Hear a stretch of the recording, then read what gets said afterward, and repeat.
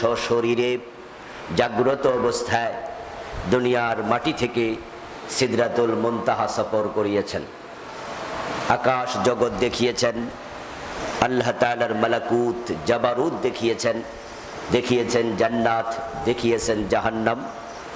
জীবিত অবস্থায় সশরীরে জান্নাত দেখার সুযোগ আর কোনো নবী পাননি। আদম আলাইহিস সালাম পেয়েছেন, কারণ তাকে জান্নাতে রাখা হয়েছিল সেই সুবাদে।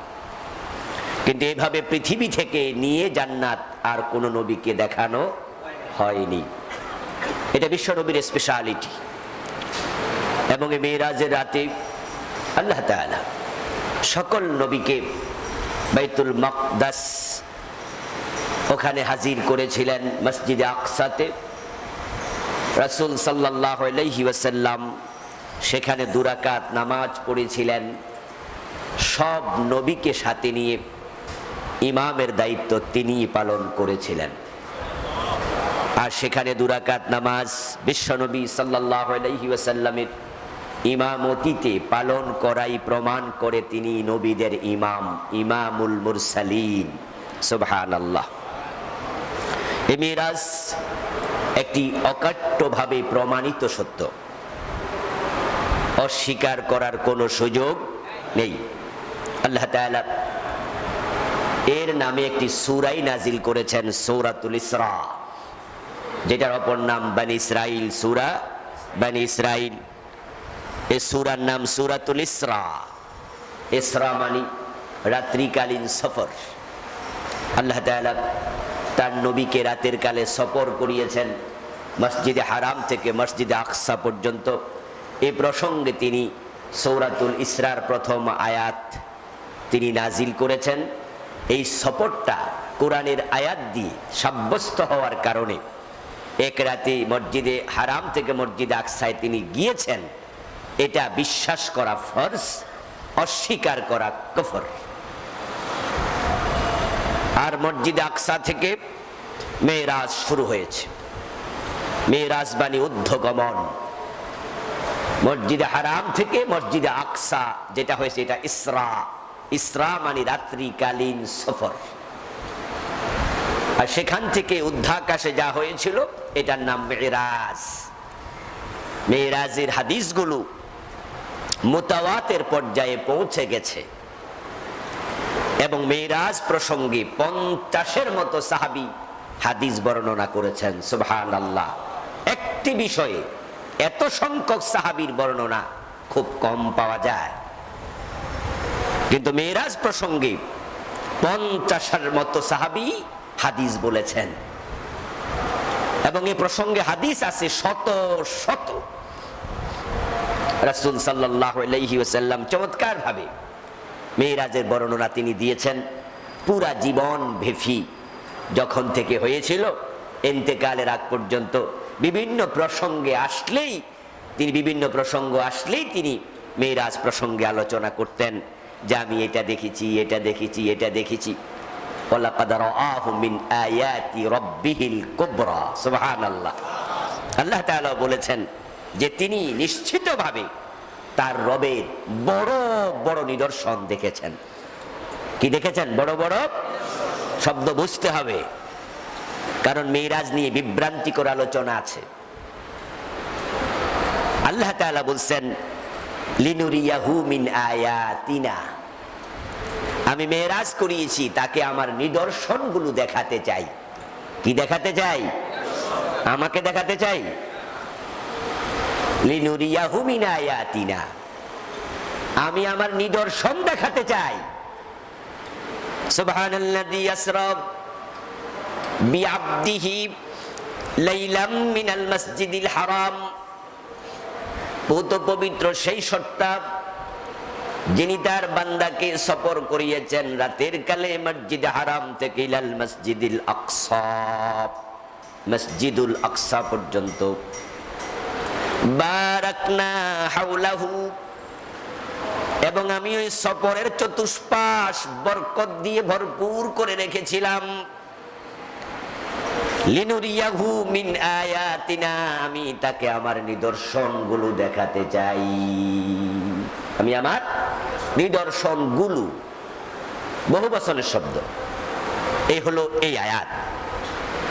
অন্য আয়াতে আল্লাহ তাআলা বলেন ওয়ালাকাদ রাআহু মিন আয়াতি রাব্বিহিল কুবরা, এবং তিনি নিশ্চিতভাবে তার রবের বড় বড় নিদর্শনগুলো দেখে ফেলেছেন। সুবহানাল্লাহ। তাহলে শুরুটা হলো আমি দেখাতে চাই আমার নিদর্শনগুলো, পরিসমাপ্তি হলো তিনি তার রবের নিদর্শনগুলো অলরেডি দেখে ফেলেছেন। কোথাও কিন্তু আল্লাহ বলেননি যে আমাকে দেখাতে চাই, আমরা আল্লাহকে নিশ্চয়ই দেখব, তবে এই দেখাটা আল্লাহ আখিরাতের জন্য রেখে দিয়েছেন। সুবহানাল্লাহ। আল্লাহকে আমরা দেখব। বিশ্বনবী বলেছেন ইন্নাকুম সাতারাউনা রাব্বাকুম কামা তারাউনাল কামার,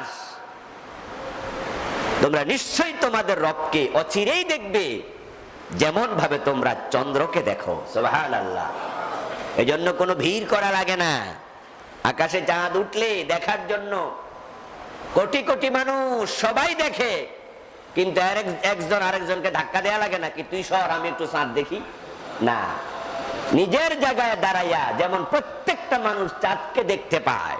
লাইলাতুল বাদর, পূর্ণিমার রাতের চাঁদ আরো স্পষ্ট। লা তাদারুনা ওয়ালা তুদাম্মুনা, যে তোমরা একজনকে আরেকজন কষ্ট দেয়া লাগে না, ভিড় করা লাগে না, নিজের জায়গায় দাঁড়াইয়া যেমনই ভাবে চাঁদ দেখো আল্লাহকে তেমন ভাবে প্রত্যেকে দেখতে পাবে। সুবহানাল্লাহ। জান্নাতে মানুষ আল্লাহকে নিশ্চিতভাবে দেখবে। কিন্তু নবী মুসা আলাইহিস সালাম দুনিয়াতে একবার দেখতে চাইছিল না? উনি তো আল্লাহর সাথে খুব মহব্বত ছিল, কথাবার্তা বলতেন। স্পেশাল নবী, বিশেষ সম্মান প্রাপ্ত নবী, কাল্লামাল্লাহু মুসা তাকলিমা, যার সাথে আল্লাহ নিজে কথা বলেছেন। এই মর্মে আল্লাহ কোরআনেই বলেছেন। সুবহানাল্লাহ। নবী মুহাম্মদের সাথে আল্লাহর কথা হয়েছে, কোরআনে একটা আয়াত নাই। আবেগ ইসলাম চলে না। বিশ্ব নবীর সাথে আল্লাহর কথা হয়েছে, এ ব্যাপারে কোনো হাদিসও নাই, একটা মাত্র আছে, শুধু মেরাজ থেকে ফেরার পথে। সেটা আমি বলবো ইনশাআল্লাহ। রাসূলের সাথে সরাসরি আল্লাহর কথা হয়নি, এ বিষয়ে একটি হাদিস মাত্র পাওয়া যায়, তা খবরে ওয়াহিদ। খবরে ওয়াহিদ, একজন সাহাবী থেকে বর্ণিত একটি হাদিস শুধু পাওয়া যায়। কিন্তু মুসার সাথে আল্লাহর কথা হয়েছে এরকম কোরআনের আয়াতই আছে। আল্লাহ নিজে বলছে আমি মুসার সাথে কথা বলেছি। সুবহানাল্লাহ বলবেন না? হিংসা লাগে নাকি যে আমাদের নবী পারে না এইভাবে বলতে, মুসা পারছে? এগুলাকে ফাদিলাতে জোজি বলা হয়। কি বলা হয়? ফাদিলাতে জোজি। ক্লাসে যে ফার্স্ট বয়, সে সব সাবজেক্টেই নাম্বার বেশি পাওয়া জরুরি না। কোন কোন সাবজেক্টে অন্য একজনও বেশি পাইতে পারে, কিন্তু টোটাল রেজাল্টে সে বেশি। ক্লাস 1 থেকে আমি নিজেও ক্লাস 10 পর্যন্ত ফার্স্ট বয় ছিলাম, আলহামদুলিল্লাহ, জাস্ট বুঝার জন্য বলছি।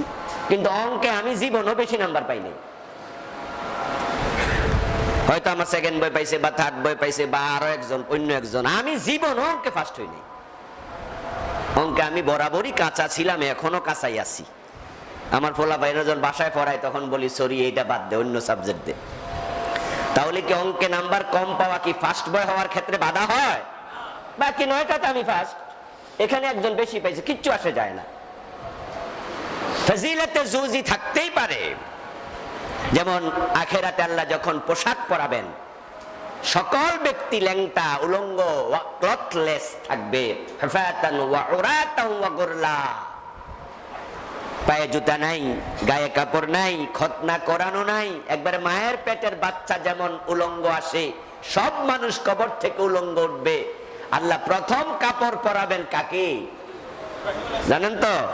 হ্যাঁ, মাশাআল্লাহ, বিশ্বনবী বলেন ইব্রাহিম নবীকে। সুবহানাল্লাহ। তারপরে আমাকে পরাবে। এই জন্য কি ইব্রাহিম নবীদের নেতা, সাইয়্যিদুল মুরসালিন? না না, এটা ফজিলতে জুজি। মুসা নবীর ফজিলত ছিল তিনি আল্লাহর সাথে।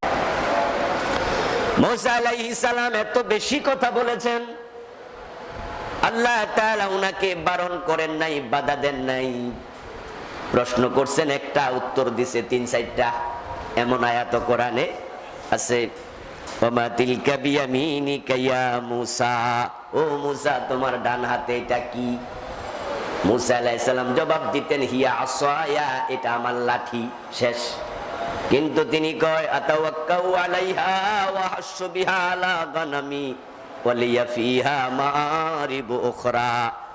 আল্লাহ প্রশ্ন করছে, একটা জবাব দিছে 60টা, 3টা না 60টা।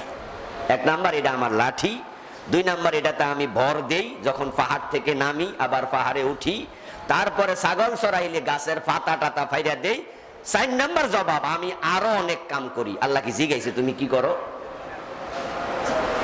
প্রশ্ন করছে, একটা জবাব দিছে 4টা। আল্লাহ মানা করে নাই যে এত কথা কও কেন, বরং মূসার সাথে কথা বলতে আল্লাহ নিজেও মজা পাইতো। সুবহানাল্লাহ। এজন্য হাতের মাঝে লাঠি আছে, আল্লাহ দেখে না, তো আল্লাহ জিগায় কেন হাতে কি, মানে কথা বলতে মজা পাচ্ছে। দোস্তের সাথে দোস্তের কথা হয়, এত প্রেমিক আশিক মাশুকের কথা হয়, হাবিব মাহবুবের কথা হয়। একবার তিনি কথার ফাঁকে বলে ফেললেন, আল্লাহ আপনার আমি একটু দেখতে চাই। এত কথা কই, চেহারাটা যদি না দেখি কেমন মজা মজা কম মনে হয়। স্বাভাবিক, যদি আপনি বেড়ার এপাশ থেকে আমি ওপাশ থেকে কথা বলি, কেউ কাউকে না দেখি, সামনাসামনির মতো মজা পাওয়া যাবে? নিশ্চয়ই না। আরে ভাই, জেলখানায় যারা থাকে, যারা দেখা করতে যায়, ওই শিকের ফাঁক দিয়া একটু দেখে কোনো কথাবার্তা কইয়া চলে আসা লাগে। আর যদি সরাসরি জেলখানা থেকে বের হইয়া একবারে সামনাসামনি কথা বলতেন, মনটা ভরে যেত। এটাই নিয়ম। মূসা নবীকে আল্লাহ এত কথা বলি, একটু দেখলে অসুবিধা কি? রব্বি আরিনি, আমাকে দেখা দেও না প্রভু, আমি তোমাকে দেখতে চাই আমার রব। আল্লাহ কি বললেন? লান তারানি, অসম্ভব, অসম্ভব। লা তারানি বলে নাই, লান তারানি। শব্দের মাঝে অনেক পার্থক্য। লান আসে ভবিষ্যৎকালের কোন কাজকে দৃঢ়ভাবে নিষেধ করবে। লায়ের মাঝে শক্তি নাই, লানের মাঝে যেটা আছে। লা তারানি, তুমি আমার দেখবা না। লান তারানি, অসম্ভব, মানে দেখবাই না। তাহলে বোঝা গেল দুনিয়াতে আল্লাহর দিদারটা আল্লাহ দেয় না, তিনি এটা রেখে দিয়েছেন জান্নাতের জন্য। সুবহানাল্লাহ।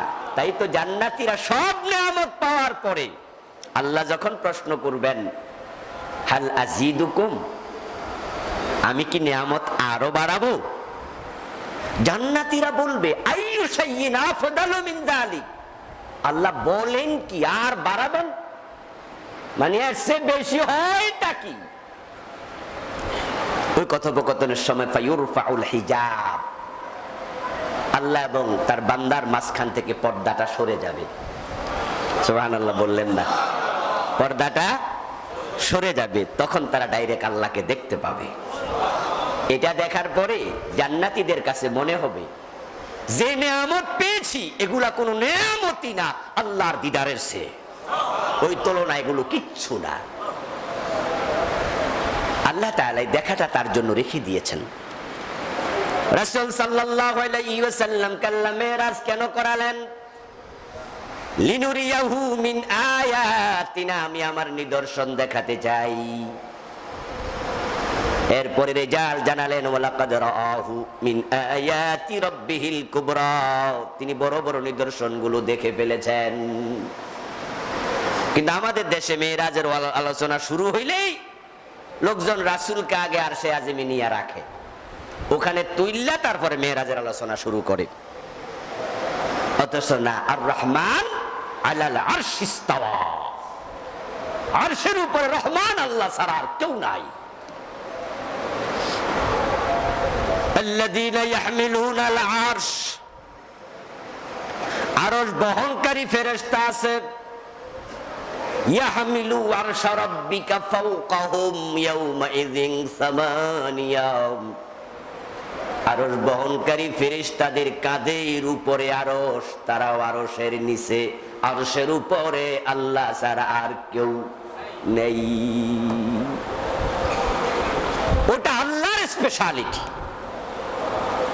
এখন আমরা মিরাজ নিয়ে আলোচনা করতেই হবে, যেহেতু এটা কোরআন এবং হাদিস দিয়ে সাব্যস্ত। এই আলোচনাটাকে আরো দৃঢ়ভাবে করতে হবে এই কারণে কিছু নাস্তিক যারা মেরাজকে অস্বীকার করছে এবং তারা বিজ্ঞানের বিভিন্ন তথ্য উপাত্ত সামনে এনে তারা বলতে চায় মেরাজ অসম্ভব, এটা কাল্পনিক কথাবার্তা, আসমানে যাবে কেমনে, অসম্ভব, সূর্য পার হওয়া যাবে না, আর দুনিয়া থেকে যেতে চাইলে সূর্যকে অ্যাভয়েড করে যাওয়ার সুযোগ নাই, কারণ সূর্য পৃথিবীর তুলনায় 13 লক্ষ গুণ বড়। তা আপনি পার হবেন কেমনে আসমানে গেলে? সূর্য পার হওয়া লাগবে। আর সূর্য এমন এক নক্ষত্র যার ভিতরে তাপমাত্রা 1,40,00,000,000 ডিগ্রি সেলসিয়াস। এর কাছাকাছি গেলে জ্বলে পুড়ে ছাই হবে। শুধুমাত্র মানুষ নয়, মহাবিশ্ব, পৃথিবী, টোটাল পৃথিবী সূর্যের একটু কাছে গেলে জ্বলে পুড়ে ছাই হতে মিনিটও লাগবে না, শেষ হয়ে যাবে। আর তোমাদের নবী নাকি সব পার হয়ে আসমানে গেছে। সূর্যের চেয়ে কোটি গুণ বড় নক্ষত্র আকাশে আছে, কেমনে পার হবে? যুগ্ম নক্ষত্র, বাইনারি স্টার, একসাথে চলে হাজার হাজার কোটি কোটি নক্ষত্র ইলিশ মাছের ঝাঁকের মতো একসাথে চলছে আকাশে। Binary star, cluster, star, event horizon, comet, নিহারিকা পুঞ্জ, ছায়াপথ, তামাম আকাশ। আমরা যখন তারকা ভরা আকাশের দিকে তাকাই তখন দেখি এত তারকা, এক এক তারকা সূর্যের চেয়ে কোটি গুণ বড়। দূরত্বের কারণে ছোট দেখা যায় এমন তারকা আকাশে আছে যেগুলো আজ পর্যন্ত দুনিয়ার মানুষ দেখেনি। বিজ্ঞানীদের ধারণা পৃথিবীর বয়স 1500 কোটি বছর। প্রতি সেকেন্ডে 1,86,000 মাইল বেগে তাপমাত্রা আসছে পৃথিবীর দিকে। ওই তারকার দূরত্বের কারণে এখনো দুনিয়ায় তার আলো পৌঁছেনি। এত দূরের তারকা টেলিস্কোপ পর্যন্ত দিয়ে দেখা যায় না। এই সব তারকা আকাশে তোমাদের নবী সব ভেদ করে আসমানে চলে গেছে। How can it possible? But it is quite impossible. তারা যুক্তি দিতে চায় এটা অসম্ভব।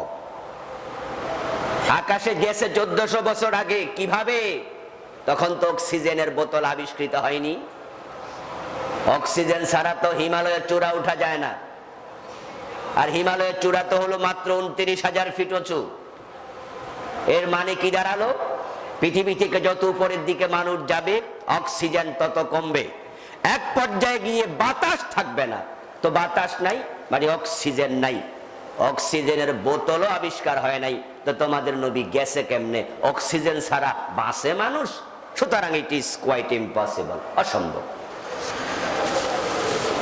বিজ্ঞানী নিউটন আবিষ্কার করেছে পৃথিবীতে আছে গ্রাভিটেশন ফোর্স, মধ্যাকর্ষণ শক্তি।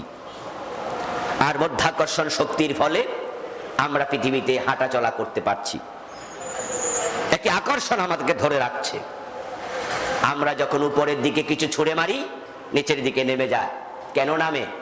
জায়গা কি উপরে বেশি না নিচে বেশি? নিচে তো 3 হাত, 5 হাত, 10 হাত। এই যে আমি টিস্যু ছুঁড়ে মারলাম, 3 হাত উপরে উঠে পড়ে গেল। আকাশে তো জায়গার অভাব নাই, যায় না কেন সেদিকে? বলে না, মধ্যাকর্ষণ শক্তি তাকে ধরে রাখবে। এটাই হচ্ছে নিয়ম। যেই কোনো স্থূল বস্তু যখনই আপনি ছেড়ে দেবেন মধ্যাকর্ষণ শক্তি তখন তাকে নিচে টেনে নিয়ে আসবে। তো নবী মুহাম্মদ সাল্লাল্লাহু আলাইহি ওয়াসাল্লাম তিনিও তো স্থূল দেহের অধিকারী। তিনি উপরে গেছে কেমনে? মধ্যাকর্ষণ শক্তি ভেদ করতে পারবে না। ইট ইজ কোয়াইট ইম্পসিবল, অসম্ভব। আরো কত সমস্যা সামনে এনে এই নাস্তিকগুলো বলতে চায় মেরাজ ঠিক না। এই হলো নাস্তিকদের কথা। আর কিছু মুসলমান আছে অতি যুক্তিবাদী। এই নাস্তিকগুলার ফাঁদে তারা পা দিয়েছে। পা দিয়ে এমন মুসলমান আমি পেয়েছি, আমি পার্সোনালি কথা বলেছি এমন লোকের সাথে যারা আমাকে পর্যন্ত বলেছে, হুজুর আপনি তো মেরাজ নিয়ে বই লিখেছেন। আমি কই হ্যাঁ তা তো লিখেছি। আমার বই, আপনার বই পড়েছি, তবে একটা জায়গায় একটু কথা আছে। কি কথা আছে? কই মেরাজ মনে হয় স্বপ্নে হয়েছে, সশরীরে হয়েছে কিনা এই বিষয়ে আরেকটু আপনিও গবেষণা করেন, আমারও পরামর্শ দিচ্ছে। এর মানে উনিও বুঝাতে চাচ্ছে যে বিজ্ঞানীরা যে যুক্তি দেয় এর আলোকে আসলে মেরাজ কেমনে হবে, তবে স্বপ্নে যদি হইয়া যায় কোনো অসুবিধা, তাহলে আর অক্সিজেনের বোতলও লাগে না। স্বপ্নে যদি হয়ে যায় তাহলে মহাকাশের এ তারকা মারকার ঝামেলাও লাগে না। তাই উনি আমাকে বলছে যে হুজুর আপনি আরো একটু ভাবেন স্বপ্নে হইল কিনা।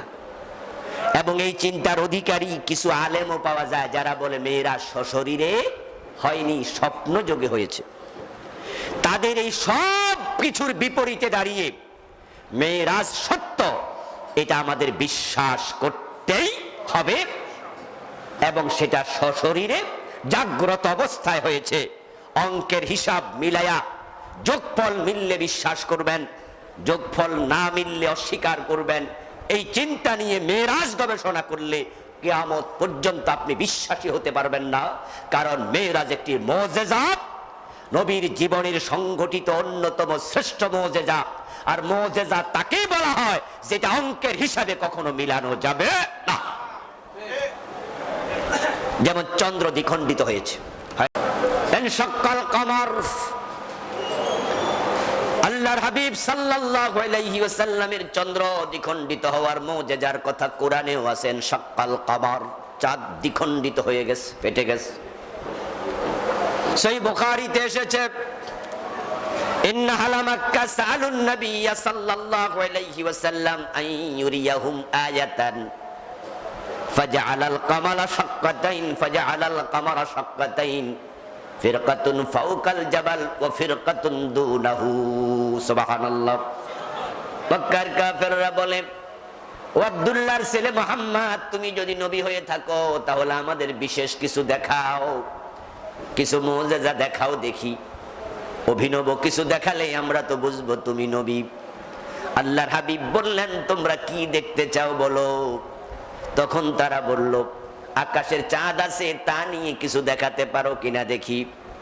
বিশ্বনবী জাবালে নূর পাহাড়ের পাদদেশেই তখন ছিলেন। রাতের বেলা আকাশে পূর্ণিমার চাঁদ ঝলঝল করে জ্বলছে।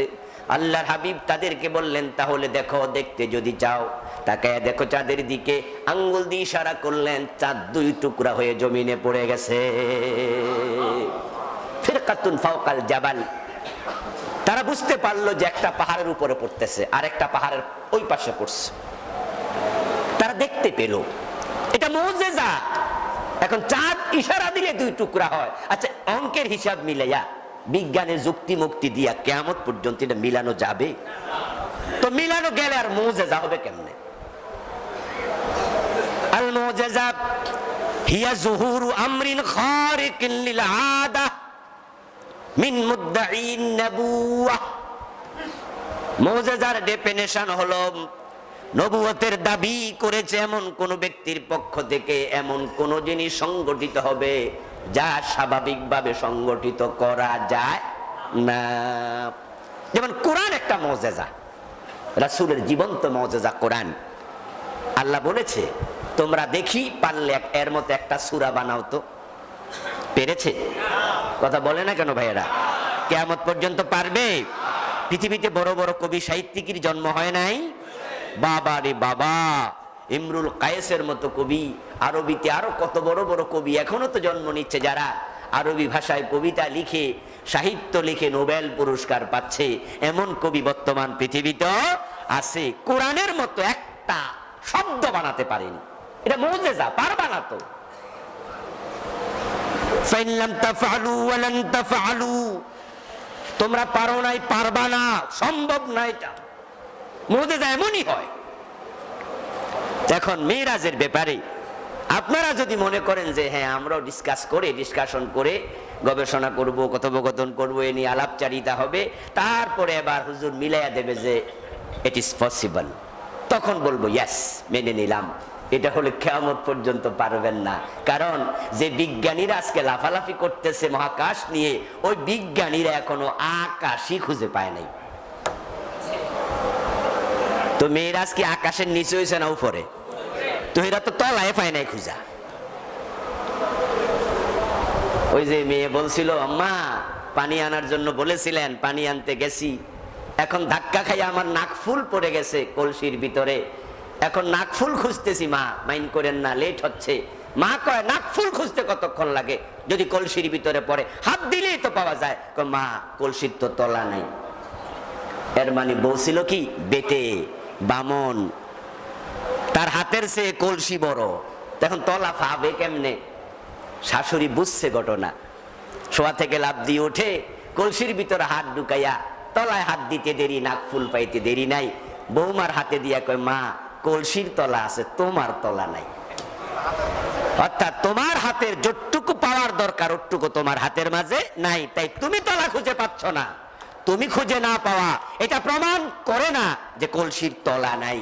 যে খুঁজে পাওয়ার মতো সে নিশ্চয় খুঁজে পাবে, ঠিক না? এখন আপনারা বিজ্ঞানীরা, আপনারা যুক্তিবাদীরা বলছেন যে কেমনে মেরাজ হবে। আমরা তো বলি আপনারা আকাশ খুঁজে পেয়েছেন।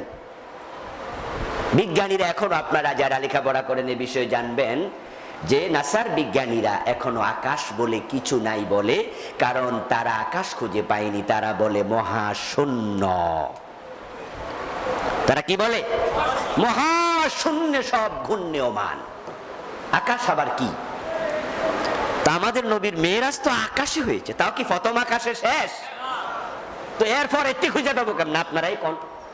আচ্ছা ধাক্কায় মাক্কায়া যদি যন্ত্র বানাইয়া যাইতেও পারে, প্রথম আকাশে গিয়ে তো শেষ, এরপরে যাবে কেমন? তো রাসূলের মিরাজ যদি আবু বকরের মতো না হন, বিশ্বাস করা সম্ভব। এই জন্য মিরাজের আলোচনা বেশি বেশি হওয়া লাগবে। ইন্টারনেট খুঁজলে পাবেন মিরাজের বিরুদ্ধে তাদের প্রবন্ধের অভাব নাই। নাস্তিকরা লেখালেখি করতেছে চরম ভাবে।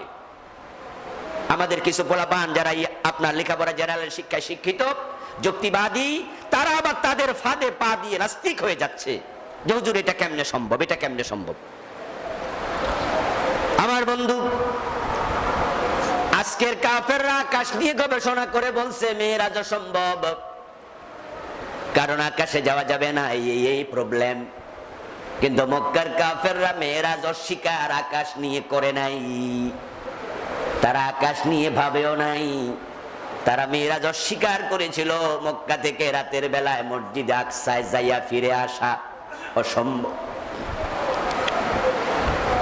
তারা আকাশ নিয়ে ভাবে নাই। তারা বলছে সবাই মিলে যে মক্কা থেকে মসজিদ আকসার দূরত্ব হলো কত মাইল? 765 মাইল। কত মাইল? 765, 1232 কিলোমিটার। তাফসীরে কাশফ প্রণেতা লিখেছেন সেখানে যেতে সময় লাগে 40 দিন, আসতেও লাগে 40 দিন। তৎকালীন যুগের কথা বলছে, কারণ তৎকালে মরুভূমিতে সফর করার জন্য বাহন শুধু একটাই, সেটার নাম ওট। ঘোড়াও যাবে না, গাধাও যাবে না, পিপাসায় মরে যাবে। মরুভূমি সফরের জন্য ওট ছাড়া বাহন নেই। ওটে করে যেতে হলে সারাদিন আবার সফর করবে না, প্রচন্ড খরতাপ, আকাশে সূর্যের তাপ, বিশ্রাম নেও। রাতের বেলা চুরি ডাকাতি, যাওয়া যাবে না। তাই দিনের সকালে প্রথম প্রহর এবং দিনের শেষ প্রহরে সফর চলবে। দুপুর বেলায় বিশ্রাম, রাতের বেলায় চুরি ডাকাতির ভয়, যাওয়া যাবে না। উট নিজে নিজে চলে না, তাকে একজনের টানা লাগে, তাই তার গতি মন্থর। 40 দিন যেতে লাগবে, আসতে 40 দিন। টোটাল কত দিন হলো? 80 দিন। বিশ্বনবী মুহাম্মদ সাল্লাল্লাহু আলাইহি সাল্লাম মসজিদে হারামের হাতিমে দাঁড়ায়া সকালবেলা বলতেছে, চাচা আবু জেহেল, চাচা আমার, গত রাতে কিন্তু আমি মসজিদে আকসায় গেছি। আল্লাহর হাবিব সাল্লাল্লাহু আলাইহি ওয়াসাল্লাম মসজিদ হারামের হাতিমে দাঁড়িয়ে আছেন। আবু জেহেল পাশ দিয়া যাচ্ছে, যাওয়ার পথে সে রাসূলকে টিপ্পনি কেটে বলে, ভাতিজা নতুন কোন খবর আছে নাকি? মানে বিশ্বনবী তো নতুন নতুন খবর দিচ্ছে না, যে আল্লাহ ছাড়া কোনো ইলাহ নাই, যে খবরটা মক্কার লোকদের কাছে ছিল না। তারা জানতো লাত, মানাত, উজ্জা, হবল, ইয়াসাব, নায়েলা সব খোদা। খোদা 1-2টা না, 360টা তো মক্কার ভিতরে আছে, কাবার ভিতরে বাহিরে আছে। আরো কত খোদা আছে, যেমন হিন্দুদেরকে জিজ্ঞাসা করলে তাদের দেবতা সংখ্যা কত? মাত্র 33 কোটি। মানে সব দেবতা হিন্দুরা চিনেও না, এর বাপও চিনবে না। 33 কোটি কি বাড়ির কাছের কথা? একজন, ওরে নতুন খবর কয় মোহাম্মদের, নতুন খবর কয়। জান্নাত আছে, আরে নতুন খবর। জাহান্নাম, নতুন খবর। আখিরাত, নতুন খবর।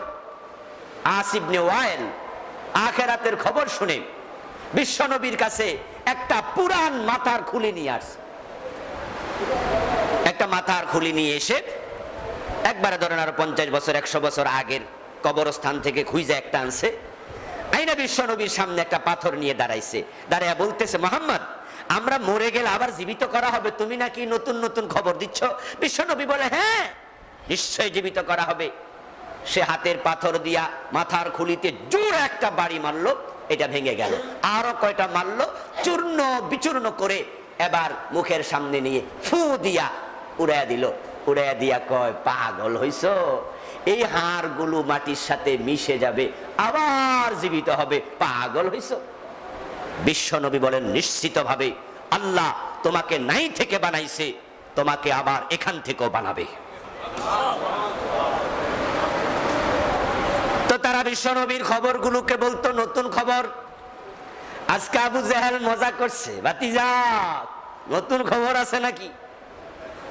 রাসূল সাল্লাল্লাহু আলাইহি ওয়াসাল্লাম সরল দিলওয়ালা, মনের মাঝে কোনো কালিমা নাই। কিছু মানুষ আছে দেখবেন, যখন তাদের সাথে আপনি ঠাট্টা মস্কারিও করেন, তারা এটাকেও সত্য মনে করে। কোন একটা মিথ্যা খবর তাদের কাছে আপনি দেবেন, তখন সেটাকেও সত্য মনে করে। কারণ আপনার ভিতরে বক্রতা আছে, তার ভিতরে কোনো বক্রতা নেই। আল্লাহর হাবিব সাল্লাল্লাহু আলাইহি ওয়াসাল্লাম সরল দিলওয়ালা মানুষ। আবু জেহেল টিপ্পনি কাটে, বাতিজা নতুন খবর আছে নাকি? আল্লাহর হাবিব বলতে শুরু করলেন, হ্যাঁ চাচা দাঁড়ান, নতুন খবর আছে। কালকে রাতে কিন্তু আমি বোরাকে চড়ে মেরাজে গিয়েছি, সুবহানাল্লাহ। আমি মসজিদে হারাম থেকে মসজিদে আকসায় গেছি, সেখান থেকে আমি প্রথম আকাশ, দ্বিতীয় আকাশ। আবু জেহেল কয়, বাতিজা থামো থামো, আর আগাইও, এটুকুতে থামবা যাও। গত রাতে মসজিদে আকসায় গেছো, আবার তুমি এখন এখানে খাড়াই রইছো, মানে রাতে ফিরে আসছো? জি চাচা। তাহলে তোমার এই খবরটা আমি মক্কার আরো কিছু লোককে শোনাতে চাই, তুমি কি তাদের সামনে বলতে পারবে? আল্লাহর হাবিব বলেন, কেন নয়। আবু জেহেল দৌড়াইয়া যায় নাই, এখানে দাঁড়াইয়াই চিৎকার দেয়া শুরু করছে, কারণ সে বুঝতেছে মোহাম্মদ আবার ফলায় যায় কিনা।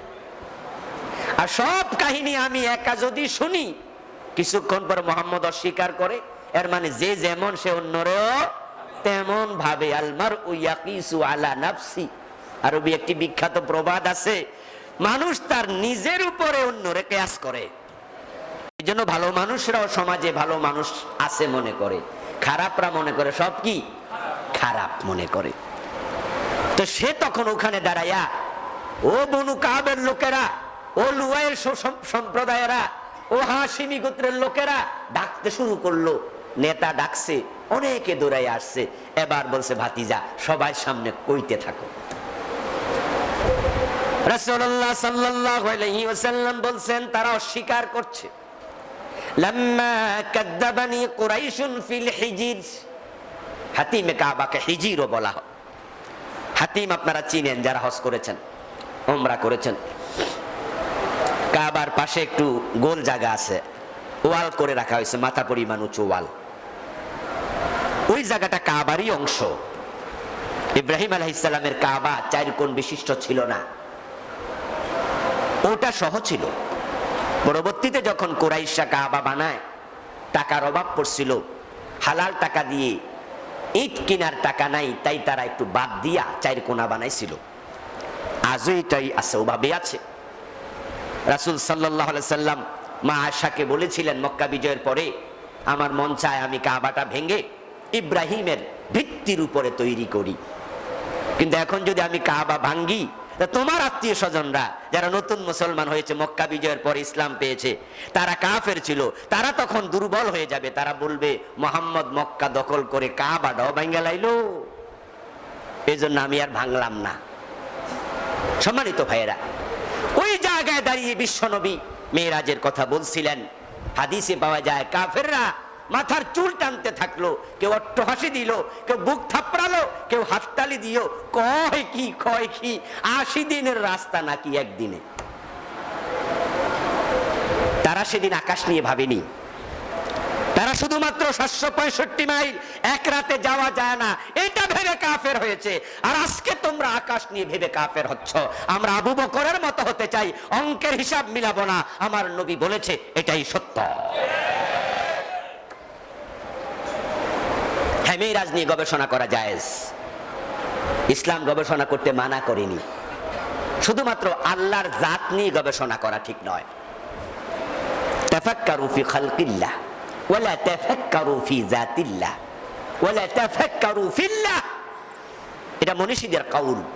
মনীষীগণ বলেছেন, ইসলামের বিদগ্ধ পণ্ডিত স্কলারগণ বলেছেন, আল্লাহর সৃষ্টি বিষয় নিয়ে গবেষণা করো, ঈমান বাড়বে, ঈমান তাজা হবে, কিন্তু আল্লাহর জাত নিয়ে গবেষণা করো না, কারণ আল্লাহকে নিয়ে গবেষণা করার মতো মেধা আল্লাহ তোমাদের দেন নাই। এজন্য তাকে শুধু বিশ্বাস করো, তিনি আছেন, শুধু এটাই বিশ্বাস করো। এখন মেরাজ নিয়ে গবেষণা জায়েজ আছে, কোনো অসুবিধা নেই, করতেই পারেন আপনি। তবে শর্ত হলো আগে বিশ্বাস করুন, তারপরে গবেষণা। গবেষণা যদি মিলে আলহামদুলিল্লাহ, না মিললে সুবহানাল্লাহ, ইন্না লিল্লাহি কিছু নেই। কথা বলেন তো? মিললে কি আলহামদুলিল্লাহ, যা আমার হিসাবে মিলছে। আজকের বিজ্ঞান কিন্তু কিছু কিছু বিষয় স্বীকার করতে বাধ্য হচ্ছে, ইনশাআল্লাহ আমরা সেই বিষয়ে কথা বলবো। একাধিক জুমায় আলোচনা হবে, তাড়াহুড়া নাই তো, আজকে সব জেনে যাওয়া জরুরি নয়। বিজ্ঞান আজকে কিছু কিছু বিষয়ে তারাও থেমে গেছে, তাদের ভুল তারা স্বীকার করছে। মিরাজ অসম্ভব, এখান থেকে সরে আসতেছে আস্তে আস্তে, ইনশাআল্লাহ এক সময় সরে আসবে। মক্কার কাফেররা তারা অঙ্কের হিসাব মিলাতে গিয়ে ধরা খেলো, আবু বকর খেলো না। এখন আমরা আবু বকরের মতো বিশ্বাসটা করে তারপর ইব্রাহিম নবীর মতো হতে চাই। ইব্রাহিম আলাইহিস সালাম একদিন আল্লাহ তাআলাকে বলেছেন, রব্বি আরিনি কাইফা তুহয়িল মাউতা, হে আল্লাহ, তুমি মৃতকে জীবিত করবে, এটা তো সত্য, আমি বিশ্বাস করেছি, কিন্তু আমি জানতে চাই কেমনে করবা, যদি আমার একটু দেখাইতা। কোরআনে আল্লাহ বলেন, ইব্রাহিম বলছে, রব্বি আরিনি কাইফা তুহয়িল মাউতা, কিভাবে জীবিত করবে, ও আল্লাহ তুমি যদি আমাকে দেখাতে। আল্লাহ তাআলা তখন ইব্রাহিম আলাইহিস সালামকে প্রশ্ন করছেন, আওয়ালাম তুমিন, আমি কিভাবে মৃতকে জীবিত করব, এটা কি তোমার বিশ্বাস হয় না? ইব্রাহিম আলাইহিস সালাম সাথে সাথে বললেন, বালা ওয়ালাকিন লিয়াতমাইন্না কলবি, আমার নিশ্চয় বিশ্বাস হয়, তবে নিজের চোখে যদি দেখতাম কেমনে তুমি মৃতকে জীবিত করো, তাহলে আমার অন্তরটা প্রশান্ত হয়ে যেত, অন্তরটা প্রশান্ত হয়ে যেত, আমি দেখে নিজের চোখে একবারে শান্ত হতাম। আল্লাহ কয়, ঠিক আছে, বিশ্বাস যেহেতু করছো, কইরা আবার জানতে চাও, আমার কোনো আপত্তি নাই। তাহলে বোঝা গেল বিশ্বাস করার পরও গবেষণা জায়েজ আছে। আল্লাহ বলে, ফাখুজ আরবাতাম মিনাত তাইর ফাসরুহুন্না ইলাইক, ও ইব্রাহিম তুমি 4টা পাখি ধরে এনে নিজের পোষ মানাও, ওই পাখি যেন তোমাকে চিনে, তুমিও পাখিগুলাকে চিনো। এখন ছেড়ে দেওয়ার পরেও পাখিগুলা উড়ে সারাদিন এখানে সেখানে যাবে, সন্ধ্যা আবার ফিরে আসবে। আছে না এমন পাখি? যেমন কবুতর, এমন কবুতরও আছে যেগুলো আপনি চুরি কইরা নিয়েও বাড়িতে রাখতে পারবেন না, জবাই কইরা না খাইয়া উপায় নাই, নিবেন আমেরিকা নিয়ে যাবেন, সেখান থেকে বাংলাদেশে চলে আসবে। আপনি পৃথিবীর কোথায় নেবেন, অস্ট্রেলিয়া, আমেরিকা, বাংলাদেশে চলে আসবে আবার। এমন কবুতরও আছে, এক এক জোড়া 1 লাখ টাকা, এমন কবুতরও আছে। 1 লাখ টাকা কবুতরের জোড়া, আমি তো শুনে কাইফা উঠছি। কস কি রে? কই জি হুজুর, এমন শিকারী কবুতর কল্পনাতীত। সুবহানাল্লাহ, সুবহানাল্লাহ।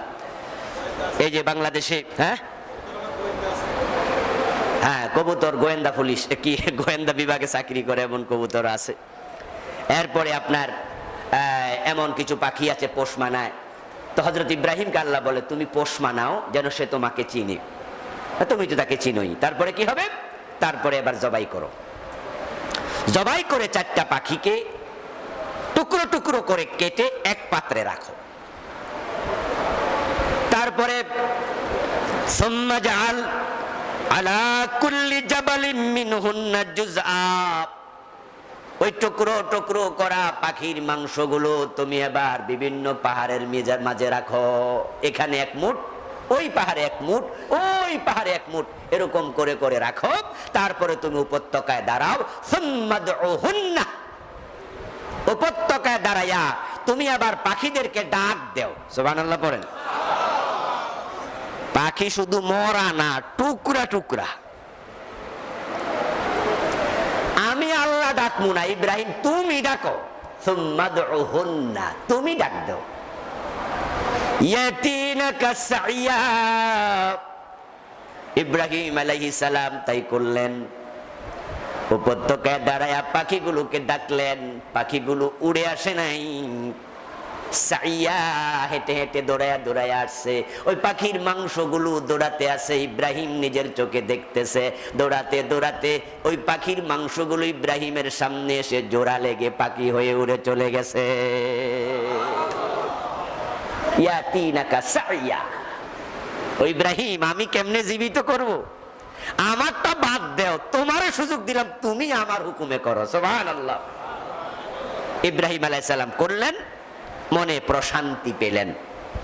তাহলে আপনি যদি মেরাজ নিয়ে গবেষণা করতে চান, আপনার সুযোগ আছে, কিন্তু আগে আবু বকরের মতো হন। মক্কার লোকেরা আবু বকরের মতো হতে পারেনি। আরো পরিতাপের একটা খবর আছে, সেটা হলো বিশ্বনবীর মেরাজের ঘটনা শুনে কিছু মুসলিমও মুরতাদ হয়ে গেছে। শুধু কাফেররা স্বীকার করে নাই, নতুন ইসলাম গ্রহণ করেছিল এমন কিছু মুসলিম তারা ইসলাম অস্বীকার করেছে। আবু জাহেল তাদেরকে বুঝাইছে যে তোমাদের নবীর কথা ঠিক না, হে কি যে কয় এগুলো কি বিবেক মানে? ও নতুন কিছু মুসলমান তারা কয় আবু জাহেল স্যার আমনের কথাই ঠিক, আস্তাগফিরুল্লাহ, তারা মুরতাদ হয়ে গেছে। কিন্তু আবু বকর সিদ্দিক, সুবহানাল্লাহ, ঈমান আরো বেড়ে গেছে, সিদ্দিক উপাধি পেয়েছে। কাফেররা ওনাকে ডেকেছিল, চেষ্টা কম করেনি, ওনাকে দিয়েও ঘায়েল করতে চেয়েছিল। যখন তারা এখানে এক মুরব্বী অসুস্থ হয়ে পড়ছে, তার ছেলের নাম সোহেল, সোহেল মসজিদে আছে, একটু নিয়ে যাওয়ার জন্য। বাবা অসুস্থ, একজন মুরব্বী আমাদের এখানে এসেছে, নামাজে আসছে, উনি অসুস্থ হয়ে পড়েছে। ওই যে মুরব্বীকে দাঁড় করান, মুরব্বী আপনি কষ্ট করে দাঁড়ান। ওনার ছেলের নাম সোহেল। সোহেল ভাই আছেন নাকি এখানে? সেতু বন্ধনে থাকে উনি। সোহেল ভাই আছেন নাকি? আছেন, চলে আসেন, যান আপনার বাবাকে নিয়ে রেখে আসেন। আচ্ছা আপনারা কথা শুনুন। আচ্ছা ভাইরা, আবু বকর সিদ্দিককে খবর দিয়ে আনা হয়েছিল, কিন্তু চেষ্টা যে তারা করেনি তা নয়। ইমানদারদেরকে ইমানের রাস্তা থেকে সরানোর চেষ্টা করে দুটা পক্ষ। আল্লাযী ওয়াসওয়াসু ফি সুদুরিন নাস, মানুষের অন্তরে মানুষের ওয়াসওয়াসা দেয়, অন্তরের ভিতরে আপনাকে ওয়াসওয়াসা দিয়ে ইমানের পথ থেকে সরাতে চাইবে। মিনাল জিন্নাতি, শুধু শয়তান না, কিছু মানুষও আছে না নাই? মিনাল জিন্নাতি ওয়ান নাস, কিছু মানুষ কিছু জিন। এই জন্য আপনি কাদের সাথে মিশতেছেন সাবধান, আপনার সন্তান কাদের সাথে মিশতেছে সাবধান। তাসলিমা নাসরিন জন্মের পরেই নাস্তিক ছিল না। তাসলিমা শব্দ দিয়ে বোঝা যায় তার বাবা কোরআন থেকে নাম রেখেছে। আহমদ শরীফ মুসলমানের সন্তান, আহমদ নাম দেখে বোঝা যায় তার বাবা কোরআন থেকে নাম রেখেছে। শামসুর রহমান, রহমানের সূর্য, রহমান আল্লাহর সিফাত, শব্দ দিয়ে বোঝা যায় বাবা নাস্তিক ছিল না। তারা নাস্তিক হয়েছে সঙ্গ দোষে। যখন ভার্সিটিতে ভর্তি হয়েছে, মেডিকেলে ভর্তি হয়েছে, সৎসঙ্গে সর্বনাশ, সৎসঙ্গে স্বর্গবাস, অসৎসঙ্গে হয় সর্বনাশ। এমন কিছু লোকের টাচ পেয়েছিল যাদের টাচের কারণে শেষ হয়ে গেছে। জন্য আপনারা যারা সন্তানদের ভার্সিটিতে ভর্তি করিয়েছেন, আপনার সাথে তো আর থাকে না, থাকে সে দূরে, ভার্সিটি জাহাঙ্গীরনগরে, রাজশাহীতে, চিটাং, অমুক জায়গায় তমুক জায়গায়। সে কাদের সাথে মিশতেছে আপনার তো জানারও সুযোগটা হয় না। কাদের পাল্লা পড়তেছে আপনি জানেন না। তাই মা বাবার উচিত সন্তানের বন্ধু হওয়া, সন্তানের সাথে বন্ধুর আচরণ করবেন। আজরাইলের ছোট ভাই হবেন না, যে ছেলে মেয়ে আপনারে দেখলেই তারা গলা শুকায় যাবে, আব্বা আইতাছে রে ফলা, এটা যেন না হয়। বরং আপনি আসবেন, সন্তান আপনার সাথে ভালোবাসা নিয়ে কথা বলবে, ওপেন কনসার্ট হবে, তার সাথে কনভারসেশন হবে, ডিসকাশন হবে, তার সাথে ওপেন আলোচনা, খোলা মেলা একসাথে বসে। তবে হ্যাঁ, শরীয়তের সীমা আবার মাথায় রাখা লাগবে। বন্ধু হতে গিয়ে যদি ছেলে আবার বাবার কান্দে থাপ্পড় মারে, আব্বা কেমন আছো দোস্ত, এটা না, আবার সীমা রেখা মাথায় রাখবেন। কিন্তু আপনি একবারে রিজার্ভ পারসন হবেন না। যখন ছেলের সাথে আপনি খোলামেলা কথা বলবেন, ভার্সিটিতে কেমন চলছে লেখাপড়া, তোমার বন্ধু বান্ধবদের কি খবর, তুমি কেমন চিন্তা ভাবনা লালন করছো, খোলামেলা কথা বলতে গেলে দেখবেন ছেলে এমন কিছু প্রশ্ন করতে পারে যে প্রশ্নের উত্তর আপনার জানা নেই। হতে পারে সে কনফিউজ, তাকে এমন কেউ পেয়েছে, আসর করেছে, আল্লাযী ওয়াসওয়িসু ফি সুদুরিন নাস, তার কলবের মাঝে, সদরের মাঝে পেঁচ লাগাই দিছে। এই মেরাজের মাসে মেরাজ নিয়ে অনেক লেখালেখি হবে, ব্লগাররা থেমে নেই, ব্লগে লিখতেছে যাচ্ছা তাই। যদি থাবা বাবা রাজীবকে হত্যা করা না হতো, তাহলে বাংলাদেশে নাস্তিক ব্লগারেরা লেখে, আমরা অনেকে এটা জানতামও না, কারণ আমরা তো ব্লগে ঢুকি না, অনেকে আছে। এবং আপনারা এখানে, আমার তো মনে হয় শতকরা 95 জন ব্লগ কি জানেই না। এইখানে আপনারা সব শিক্ষিত, অনেকে জীবনও ব্লগে লিখেন নাই, জানেনও না কি জিনিস। তাহলে এখন নাস্তিকরা থেমে নেই, তারাই মেরাজ নিয়ে এই মাসে অনেক লিখবে। আপনার ছেলের মাথায় ঢুকাই দিছে মেরাজ মিছা কথা, আস্তাগফিরুল্লাহ। নবী মুহাম্মাদের ব্যাপারে, আল্লাহর ব্যাপারে এক জায়গায় কনফিউশন ঢুকাইতে পারলে আরো হাজার কনফিউশন তৈরি করবে। আর মনে রাখবেন, ঈমান ধ্বংস হওয়ার জন্য একটা সন্দেহ যথেষ্ট। আরে মানি না বলা দরকার নাই, সন্দেহ করলে শেষ। কথা বোঝেন, সন্দেহ করলেই শেষ। এই জন্য আলোচনা করবেন, বসবেন। আপনার জানা নাই এ কথার অর্থ উত্তর নাই সেটা নয়, জানা আছে এমন লোকের কাছে ছেলেকে নিয়ে যাবেন, কথা শোনাবেন, বুঝাবেন। উত্তর পাওয়ার পরে মনের কনফিউশন দূর হয়ে যাবে, তার বিশ্বাস তৈরি হবে ভবিষ্যতের জন্য, যে আমি কনফিউজ হব কেন, আমি জানি না, যে জানে তার কাছে যাব। আল্লাহ তো বলছেন ফাসআলু আহলা যিকর ইন কুনতুম লা তা'লামুন, তুমি যা জানো না, যে জানে তাকে জিজ্ঞাসা করে জেনে নাও। আবু বকরের মতো লোককে তারা চেয়েছে আজকের মওকায়, আজকের সুযোগে রাসূল থেকে আলাদা করা যাবে, তাই তারা আবু বকরের বাড়িতে লোক পাঠিয়েছে। আবু বকর রাদিয়াল্লাহু তাআলা আনহু বাড়িতে একজন দৌড়ে গেল, ও আবু বকর, আবু জেহেল ডাকে, আবুল হেকাম তোমাকে খবর দিয়েছে তোমার নবী মুহাম্মদও সে জায়গায় দাঁড়ায় আছে, চলো। আবু বকর সিদ্দিক দৌড়ে আসলেন। কেন? বলে কেনর উত্তরটা সেখানে গিয়ে যেন, এখন চলো। আবু বকর রাদিয়াল্লাহু তাআলা আনহু এসে দেখেন হাতিমে কাবায় শত শত মানুষ, অভাব নাই, কত লোক দাঁড়ায় আছে। তিনি ধাক্কা দিয়া দিয়া ঠেলা ঠেলা ভিতরে ঢুকলেন। একবারে সামনে গিয়ে রাসূল সাল্লাল্লাহু আলাইহি ওয়াসাল্লামকে সালাম দিলেন। সালাম দিয়ে আবু বকর সিদ্দিক কিছু জানার আগে তিনি প্রশ্ন করে বসলেন, ইয়া রাসূলুল্লাহি আইনা কুনতাল লাইলা। আবু বকর বিশ্বনবীর কাছে গিয়ে প্রশ্ন করে, ইয়া রাসূলুল্লাহ, গত রাতে ছিলেন কই? সুবহানাল্লাহ বলবেন না? আবু জেহেলের কাছে রাসূল বলছে গত রাতে কই গেছে? মেরাজে। কই গেছে? তাহলে গত রাতে মেরাজে গেছি। আবু বকর জিজ্ঞাসা, গত রাতে ফাইনে কেন, ছিলেন কই? আইনা কুনতাল লাইলা ইলতামাসতুকা ওয়া লাম আজিদ। হে আল্লাহর রাসূল, আপনাকে গত রাতে আমি খোঁজাখুঁজি করেছিলাম, আপনি ছিলেনটা কই? ঘরেও ছিলেন না, উম্মে হানির ঘরেও ছিলেন না, আলীর ঘরেও ছিলেন না, যায়েদ আরকাম দারে আরকামের মাঝেও ছিলেন না। আমি আবু বকর তো জানি আপনি কোথায় কোথায় রাতের বেলায় থাকতে পারেন, খুঁজে দেখেছি, কোথাও পাই নাই, ছিলেনটা কই? আবু জেহেল কয়, পেঁচতো লাইগা যাইতাছে, কারণ মুহাম্মদ কয় ছিল না মক্কায়, আবু বকরও কয় খুঁজা পাই নাই। আল্লাহর হাবিব সাল্লাল্লাহু আলাইহি ওয়াসাল্লাম এবার বলতেছে, আবু বকর আমারে কেমনে খুঁজে পাইবা? গত রাতে তো আমি মেরাজে গেছি। এখন বিশ্ব নবী আবার মেরাজের কাহিনী বলা শুরু করলেন। এবার কাফেররা বলতেছে, হ্যাঁ হ্যাঁ অপেক্ষা করো, আবু বকর এখনই বলবে যে 40 দিনের সফর এক রাতে, 80 দিনেরটা আবার ফিরে আইছে না, আবু বকর এখনই বলে দেবে, মানি না। তারা ওয়েট করতেছে। রাসূল সাল্লাল্লাহু আলাইহি ওয়াসাল্লাম কাহিনী বলে সংক্ষেপে শেষ করলেন। আবু বকর সিদ্দিক মুখের উপরে বলে দিলেন, সাদাকতা ইয়া রাসূলুল্লাহ, হে নবী আপনি যা বলেছেন সব সত্য বলেছেন। সুবহানাল্লাহ, সব সত্য। এবার তো তাদের মুখে ছাই পড়ল। আবু বকর তুমি এসব কি বললা? কিভাবে সম্ভব? কিভাবে বিশ্বাস করলা? সত্যায়ন করে দিলা সাদাকতা বলে? আবু বকর বলে, আশ্চর্য তো, এর আগে আমি আরো কত জিনিস বিশ্বাস করে বসে আছি। উনি বলছে আল্লাহ আছে দেখি নাই মেনে নিয়েছি, জান্নাত আছে দেখি নাই মেনে নিয়েছি, ফেরেশতা আছে দেখি নাই মেনে নিয়েছি। আজকে তিনি বলতেছে মেরাজে গেছে, মানতে অসুবিধা কোথায়? আমি যার উপর ঈমান এনেছি, বিশ্বাস করেছি, তার সব কথা সত্য। তোমাদের মতো আমি যুক্তিবাদী নই।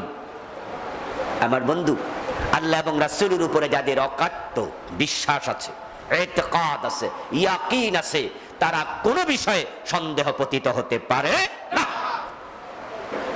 মিরাজ সংগঠিত হয়েছিল, এটা ধ্রুব সত্য। সশরীরে হয়েছিল, এটা সত্য। জাগ্রত অবস্থায় হয়েছিল, এটাও সত্য। যারা বলে স্বপ্ন হয়েছে, বেকুব নাকি? আমি বুঝি না। মুসলমানের সন্তানরা বলছে স্বপ্ন হয়েছে। আচ্ছা, স্বপ্নে যদি মেরাজ হইতো, মক্কার কাফেররা কইতো আবু বকর আইও, শোনো, এই করো ওই করো। স্বপ্নের বিষয় নিয়ে কি হইছেই হয়? কেউ মোরতাদ হওয়ার প্রশ্ন আসছে?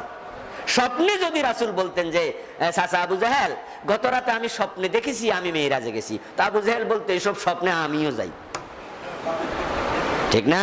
স্বপ্নের মাঝে আসমানে ওরে এমন লোক আছে না? আমিও মাঝে মাঝে উড়ি। 6 মাস 1 বছর পরে পরে এরকম এক স্বপ্ন দেখি, বাস্তবে বলছি।